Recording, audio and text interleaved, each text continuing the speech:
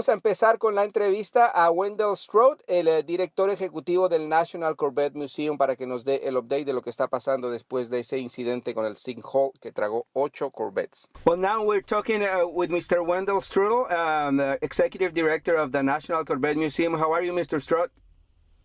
Outstanding. Thank you. Well, you had some pretty bad news a couple of weeks ago about with that sinkhole that took in 8 of the cars at the museum. Can you please tell us first what you know now from what happened and what caused the sinkhole? Well, this particular area is actually quite well known for its sinkholes, being part of the Mammoth Cave National Park cave and car system. What is different about this one is that it was inside a building and that it took 8 Corvettes with it. But we do have that issue as part of this area, but with proper mitigation, we build houses on them, we build manufacturing plants on them, we build interstate highways on them, and it's very something that we, our construction people know how to address. At this particular time, I guess we could say the geologists, the folks that are in the know, they think this is very much an isolated situation, and they don't have an official explanation as to what happened. But speculation is, if you look at the structure of the Sky Dome, it's big, tall, round dome building, and so there's going to be a lot of water and runoff from that. And then also we've had some significant rains in the last 3 or 4 years. You may remember that we had the 500-year rain probably 3 or 4 years ago. And so the water going down was probably taking some soil with it. And as we had the big rains, then the water levels would come up, and then as it would go down, it would take soil with it. So it was kind of a combination, and I guess the conditions were just right for this particular area, for this sinkhole to develop. We can see, in looking at the pictures that have been taken, you can see a cavern, a little cave-like on each end of that sinkhole. So that kind of indicates that something was there and was just waiting for something like this to happen. Yeah, I remember a case in Florida. I think it was last year where the sinkhole happened inside a house too, and unfortunately in that case, it took one man into it, and he unfortunately died. So the immediate question, I guess, is the rest of the museum safe? I mean, what's going on with the museum right now?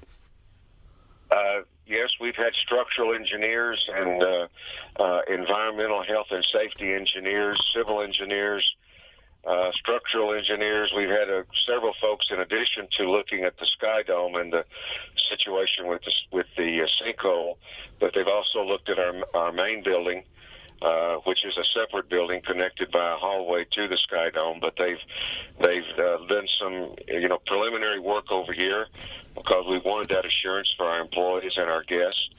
And then we've also agreed that we're going to do, in a couple, 3 weeks, we're going to do more testing over here. They will be bringing in a microgravity piece of equipment. They place it every 10 feet, and it goes down about 20 or 25 feet, and of course it's looking for voids, for caves or anything underneath it. They don't think anything is there, but we want to know for sure, and so we're taking extra measures to be sure about that. But we are open, and we might add that we've added a plexiglass window back in this hallway that connects the 2 buildings, so visitors can look in and see the Sky Dome. They can see the workers working. They can see the sinkhole. So we invite people to come and visit us, and we're open 8 to 5 every day Central Time. So the sinkhole has become part of the museum now, huh? It looks like. Yeah, that's a good way to put it. Absolutely, and we might just say, with regard to that the red spire will be kind of the first order of business, and that actually started on Thursday. 20th of February, and they will be stabilizing and reinforcing that because about 30% of it is undermined. So they'll be working with that, and then they'll be extracting the cars, the 3 cars that are on top.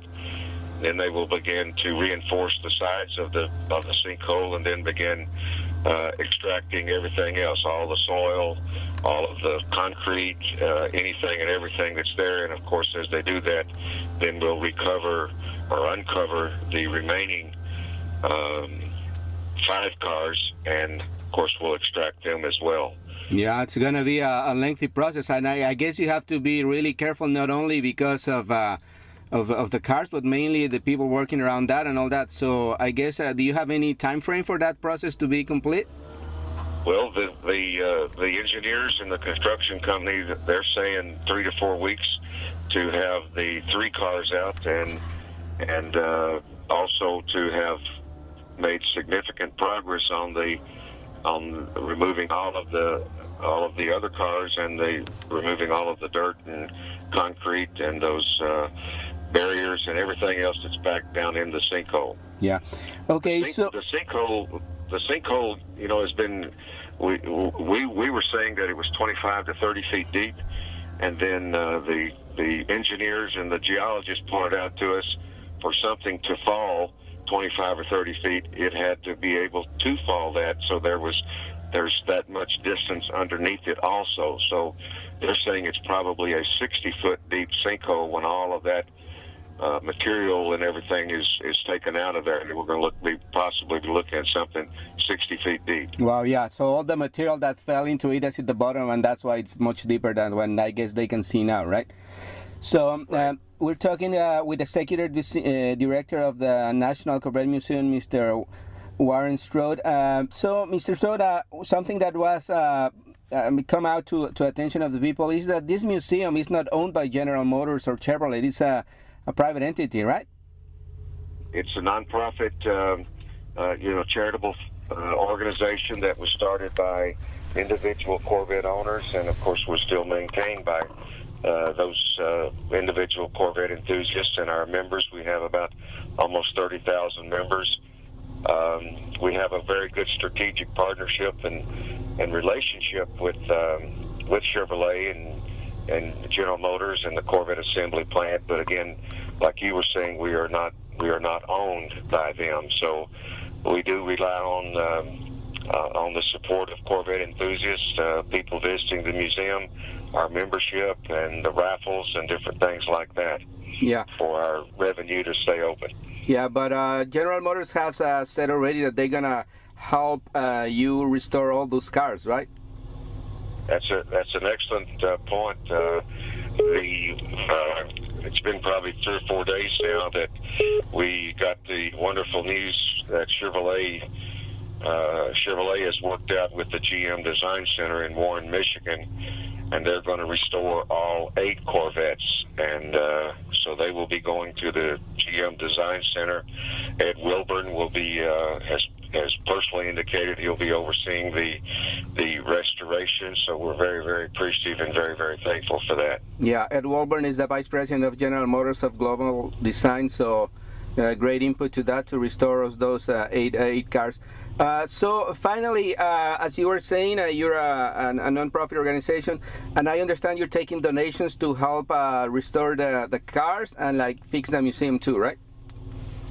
Yes, we sure are. There's the remediation of the museum, of the sinkhole, and of course we have a deductible, and then this prevention work and reassurances work. Those things aren't covered by insurance, and we have individuals that are making donations and Corvette clubs, and we greatly appreciate that. And we'll just maybe mention that our website is CorvetteMuseum.org, and if you click on there, you can see webcams, but you can also see a donate button.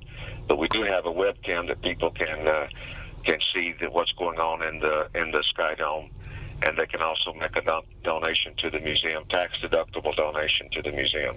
Well, excellent. We're going to also share that information on our own website, so our audience can take a look at that and hopefully help also in the restoration and the fix of the museum. Well, thank you very much for your time, Mr. Wendell Strode, Executive Director of the National Corvette Museum.